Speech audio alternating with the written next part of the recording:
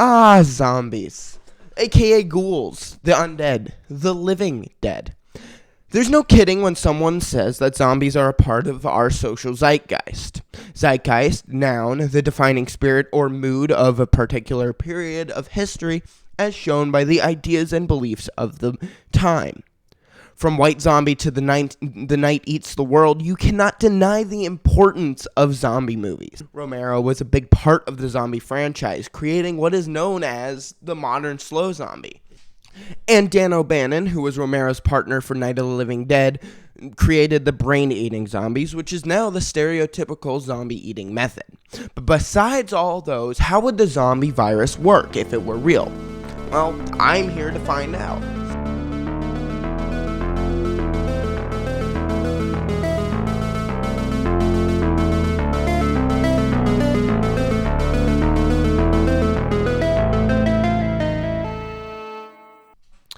Now, zombies are a fictional thing, so I will be using some imagination here to bring a full creature to life. Basically, I'm creating my own type of zombie, just setting some basic rules in place to not go overboard.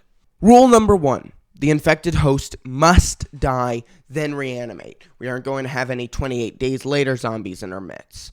Which, if you don't know what the 28 days later zombies are, I'll explain them. 28 days later zombies are people infected with the rage virus, which is a virus that once infected via bite, infected blood going into one's mouth, eye, or open wound, instantly turns the victim into an infected. It's basically rabies on steroids. So we aren't going to have that. The infection must spread through bite, must kill the victim, then reanimate the victim, ergo turning them. Now, that does sound unrealistic, yes, but what is science without imagination? Rule number 2, no brains. Now, what I mean by that is these are going to be flesh-eating zombies. They don't go straight for the brains. Yes, I know, brains is the iconic tagline of the zombie, but it just doesn't work realistically with what I'm trying to do. Speaking of realistic, rule number 3, they have to be realistic. At least, the most realistic I can get with zombie.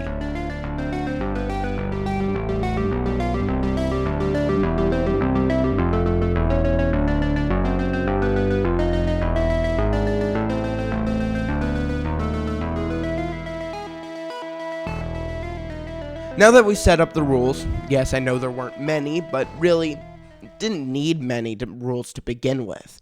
So let's get into creating these zombies. So first, how are we going to kill the victim quick enough from a bite? Well, there are multiple ways this can play out. The disease could be rapid, but that sounds more like rage, doesn't it? Also, we're trying to be decently realistic here. So, I came up with an idea. Septicemia, an infection that is created when bacteria enters the bloodstream, which can cause organ damage or death. Now, imagine with me, a rotting corpse bites you. What do you think would happen?